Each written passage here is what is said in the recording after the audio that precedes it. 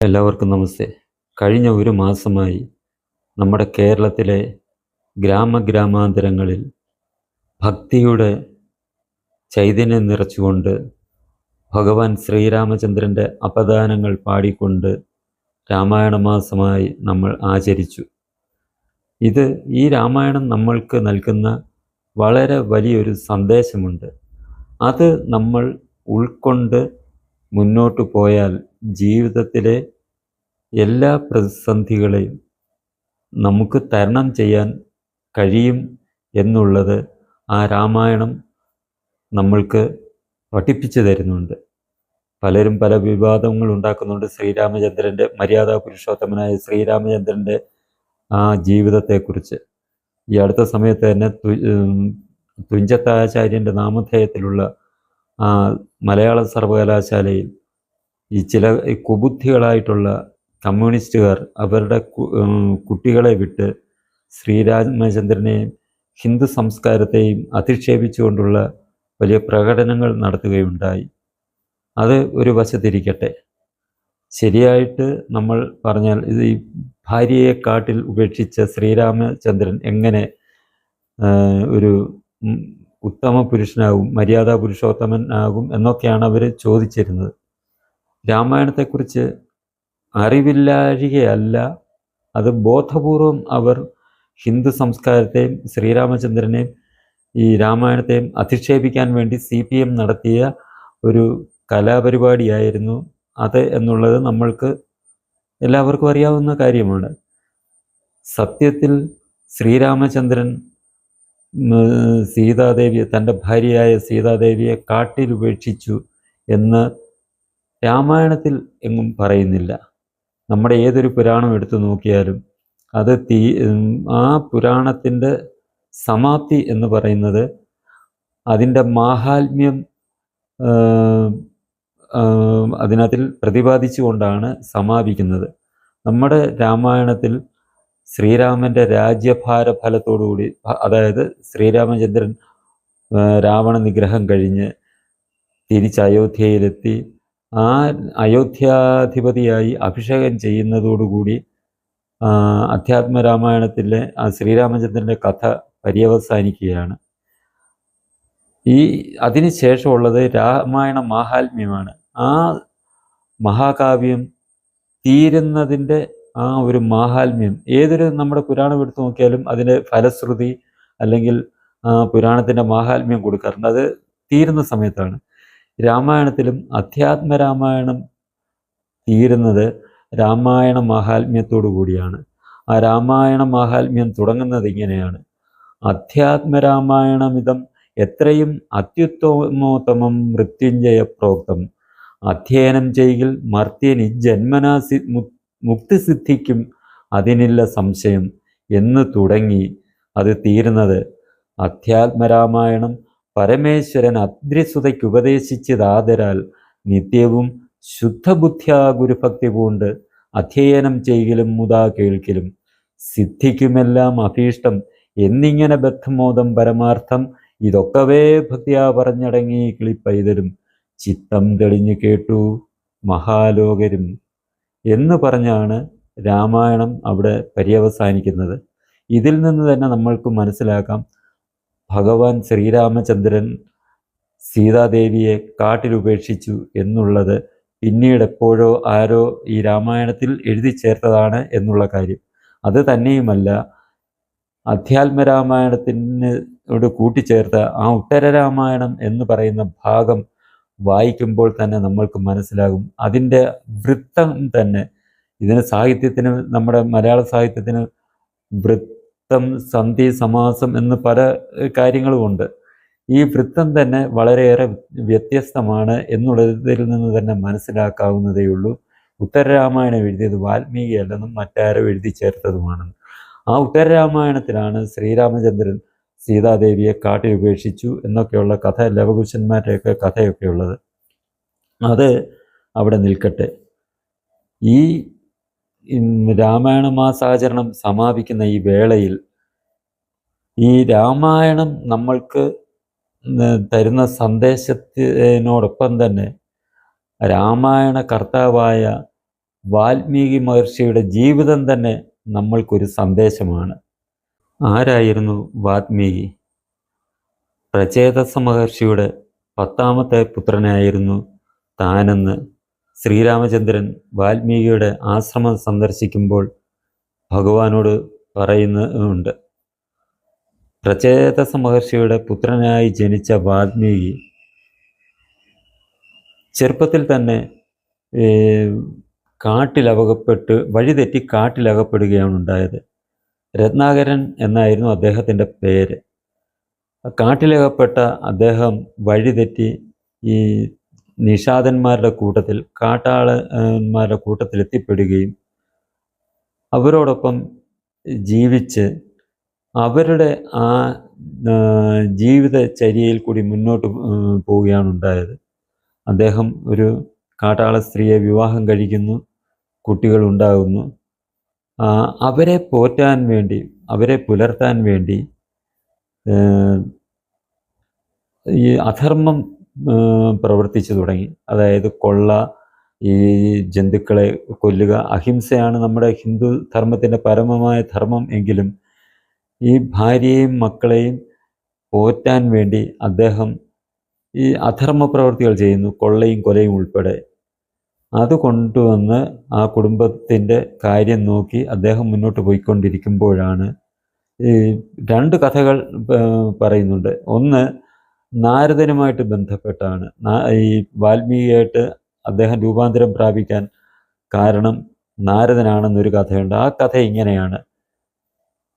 ഈ ലോകസഞ്ചാരിയായ നാരദൻ നാരായണനാമവും ജപിച്ച് ലോകം ചുറ്റിക്കറങ്ങിക്കൊണ്ടിരിക്കുമ്പോൾ ഈ വനത്തിൽ വെച്ച് വാൽമീകിയെ കാണുകയും, അതായത് രത്നാകരൻ എന്ന് പറയുന്ന ഈ കാട്ടാളനെ കാണുകയുണ്ടായി. ഈ കാട്ടാളൻ നാരദനെ തടഞ്ഞു നിർത്തി. നമുക്കെല്ലാം അറിയാവുന്ന കാര്യമാണ്, നാരദൻ്റെ കയ്യിൽ എപ്പോഴും മനോഹരമായ ഒരു വീണയൊക്കെ ഉണ്ട്. അപ്പം രത്നാകരൻ എന്ന ഈ കൊള്ളക്കാരൻ നാരദനെ തടഞ്ഞു നിർത്തി അദ്ദേഹത്തെ കൊള്ളയടിക്കാൻ തുടങ്ങി.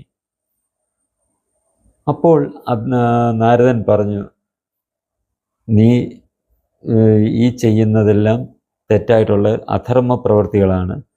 നീ ചെയ്യുന്ന ഈ ദുഷ്പ്രവൃത്തികളുടെ ഫലം നിൻ്റെ ഭാര്യയും മക്കളും അനുഭവിക്കുമോ എന്ന് അവർ പങ്കിടാൻ തയ്യാറാണോ എന്ന് ചോദിച്ചു.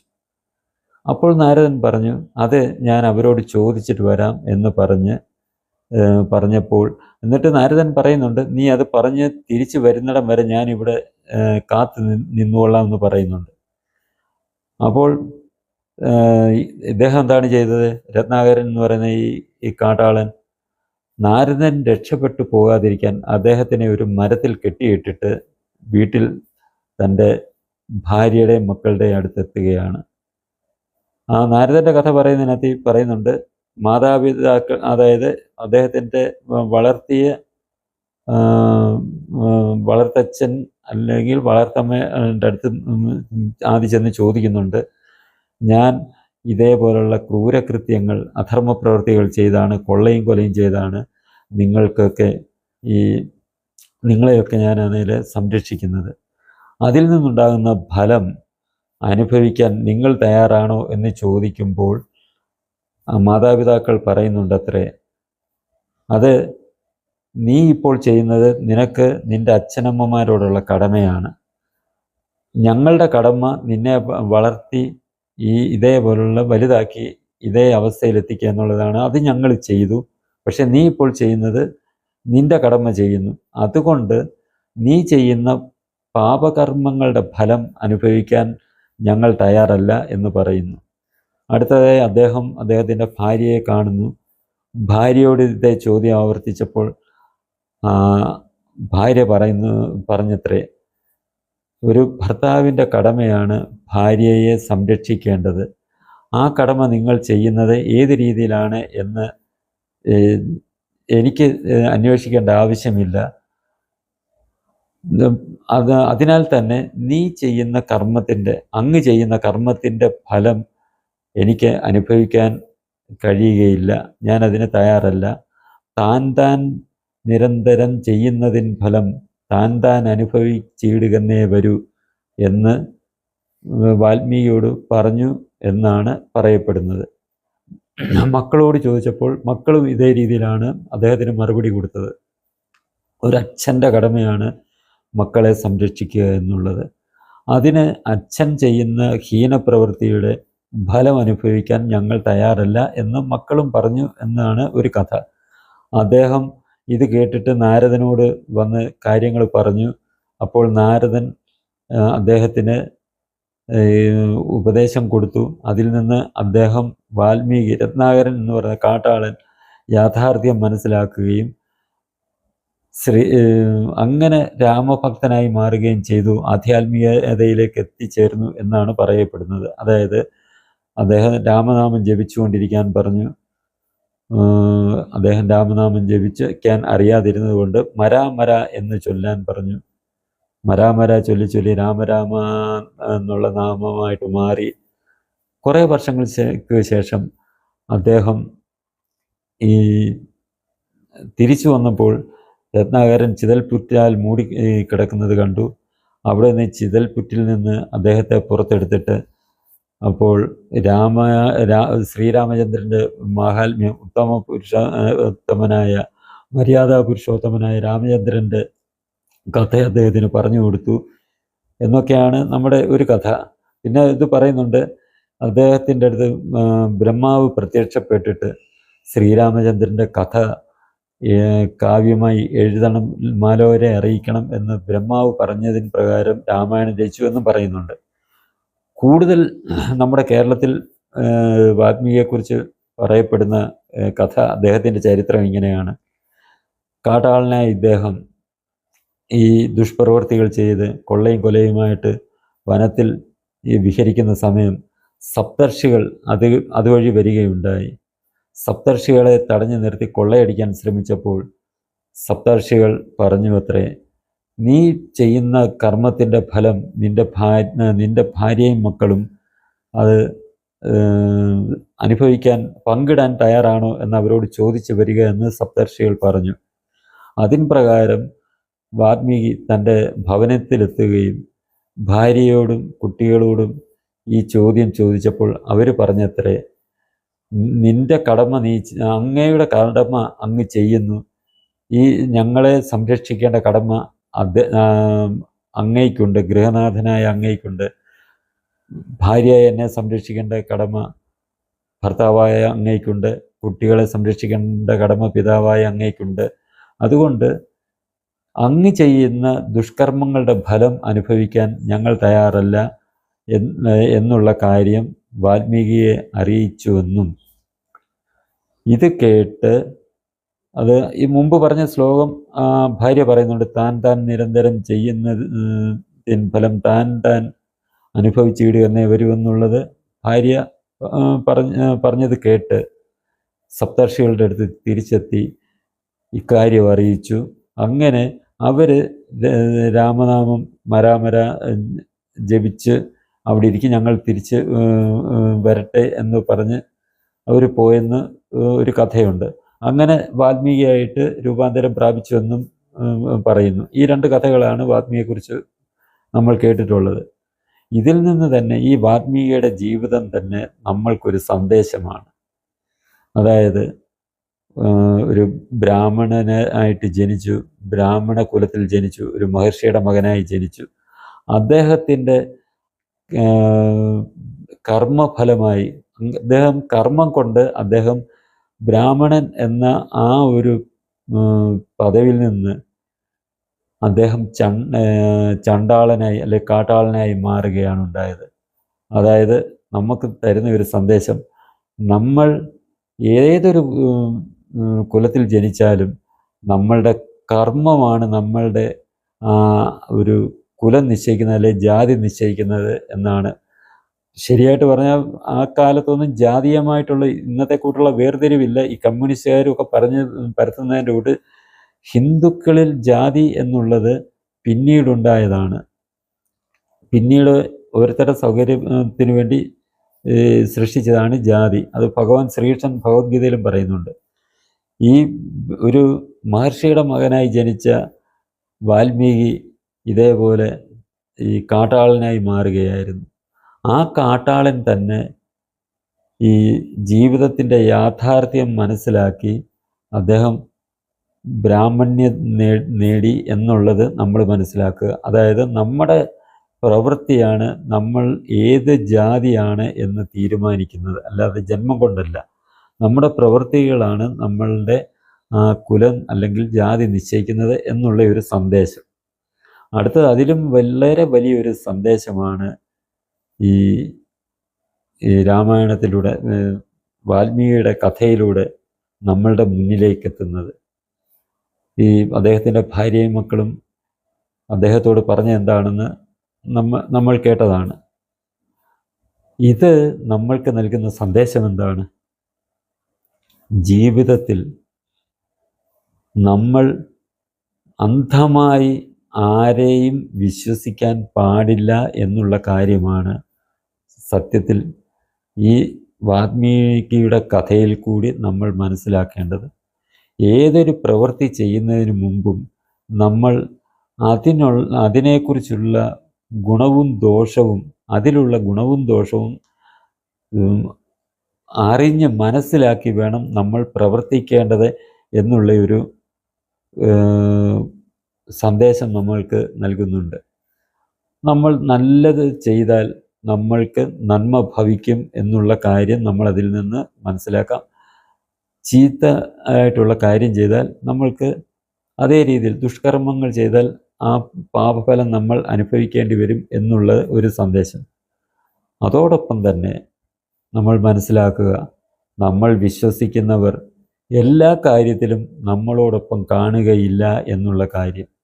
അത് അവരുടെ സ്വാർത്ഥത. ഈ ലോകത്ത് ഏറ്റവും ഉയർന്നു നിൽക്കുന്ന ഇതാണ് സ്വാർത്ഥമായിട്ടുള്ള ഒരു ചിന്താഗതി. നല്ലൊരു ശതമാനം ആൾക്കാരിലും സ്വാർത്ഥത ഉണ്ട്. നിസ്വാർത്ഥരായിട്ടുള്ള ആൾക്കാരില്ല എന്ന് അല്ല പറയുന്നത്. നല്ലൊരു ശതമാനം ആൾക്കാരും നിസ്വാർത്ഥരാണ്.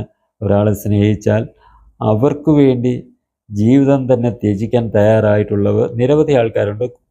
മഹാഭൂരിപക്ഷവും അങ്ങനെയാണെങ്കിലും നമ്മുടെ ഈ സമൂഹത്തിൽ അത്തരക്കാരല്ലാത്തവരും ഉണ്ട് എന്നുള്ള ഒരു സന്ദേശമാണ് അതിൽ കൂടിയുള്ളത്. നമ്മൾ ഒരാളിനെ അഗാധമായി വിശ്വസിക്കുന്നു. അവരുടെ വാക്കുകളും പ്രവൃത്തിയും ആ രീതിയിലായതുകൊണ്ട് നമ്മൾ അന്ധമായി വിശ്വസിക്കുന്നു. അന്ധമായി വിശ്വസിച്ച് അവരുടെ വാക്കുകൾക്കനുസരിച്ച് നമ്മൾ പ്രവർത്തിക്കാൻ തുടങ്ങുന്നു. അത് നമ്മുടെ ജീവിതത്തെ വളരെയേറെ ദോഷകരമായി ബാധിക്കും എന്നുള്ള ഒരു കാര്യമാണ് വാൽമീകിയുടെ ജീവിതം നമ്മൾക്ക് നൽകുന്നത്. നമ്മൾ ഏതൊരു പ്രവൃത്തി ചെയ്യുമ്പോഴും അതിനെക്കുറിച്ച് ചിന്തിച്ച് വേണം നമ്മൾ ആ പ്രവൃത്തിയിൽ ഏർപ്പെടാൻ എന്നുള്ളതാണ് ഇതിൽ നിന്ന് നമ്മൾ മനസ്സിലാക്കേണ്ടത്.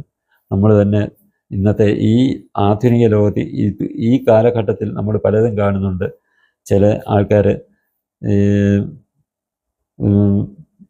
യുവാക്കൾ ആ പ്രായത്തിൻ്റെ ആ ഒരു തിളപ്പിൽ സ്വന്തം കുടുംബത്തെ പോലും ഉപേക്ഷിച്ച് അതുവരെ പോറ്റി വളർത്തിക്കൊണ്ടുവന്ന മാതാപിതാക്കളെ ഉപേക്ഷിച്ച് ചില ചെറുപ്പക്കാരുടെ കൂടെ ഇറങ്ങിപ്പോകാറുണ്ട്.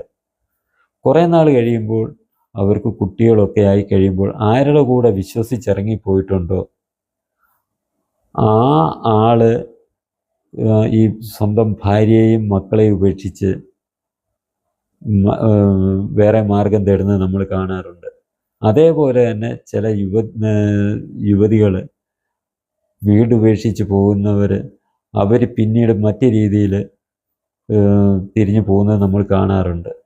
ഇതൊക്കെ ഈ ജീവിതത്തിൽ നമ്മൾ ഇത്തരം പ്രവൃത്തികൾ ചെയ്യുമ്പോൾ നമ്മൾ എല്ലാ കാര്യവും ചിന്തിച്ച് മാത്രമേ പ്രവർത്തിക്കാവൂ. അല്ല എന്നുണ്ടെങ്കിൽ അതിൻ്റേതായിട്ടുള്ള ദോഷഫലങ്ങൾ നമ്മളെ വേട്ടയാടും എന്നുള്ളത് നമ്മൾ അനുഭവിക്കേണ്ടി വരും എന്നുള്ള കാര്യം നമ്മൾ മനസ്സിലാക്കി പ്രവർത്തിക്കുക.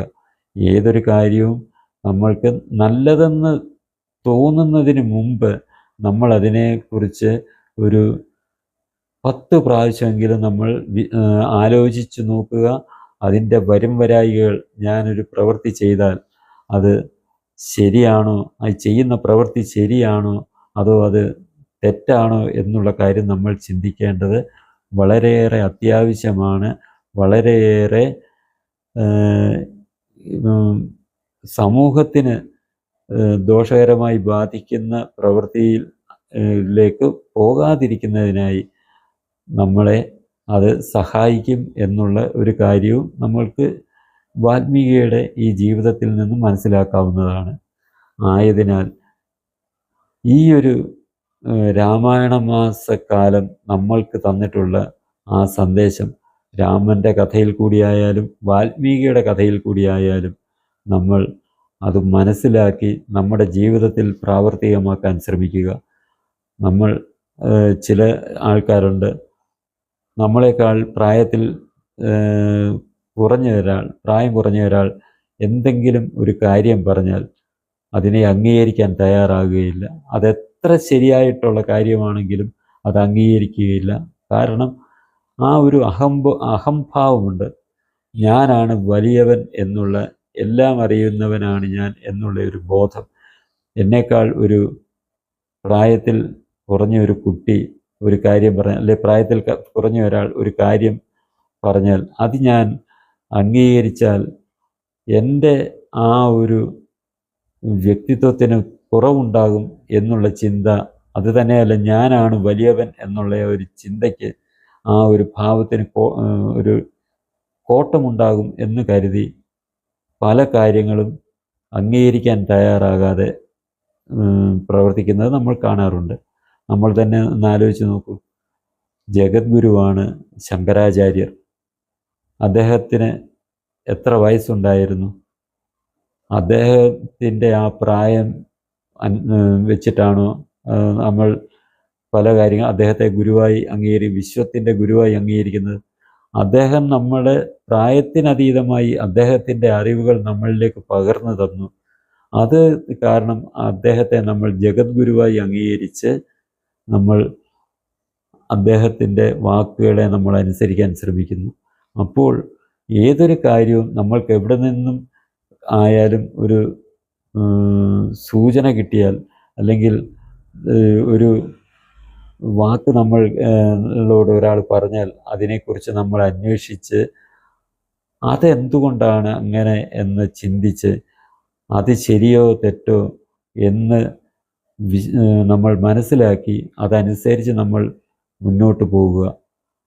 അതാണ് നമ്മുടെ ജീവിതത്തെ ധന്യമാക്കുന്നതും നമ്മുടെ സമൂഹത്തെ സമ്പുഷ്ടമാക്കുന്നതും എന്ന ഒരു ബോധത്തോടെയും തീരുമാനത്തോടെയും ആകണം നമ്മൾ ഇന്നേ ദിവസം രാമായണ മാസാചരണത്തിന് സമാപനം കുറിക്കേണ്ടത്. ഇനി ഈ ചാനൽ സബ്സ്ക്രൈബ് ചെയ്യാനും ബെൽ ബട്ടൺ അമർത്താനും ലൈക്ക് ചെയ്ത് ഷെയർ ചെയ്യാനും മറക്കരുത്.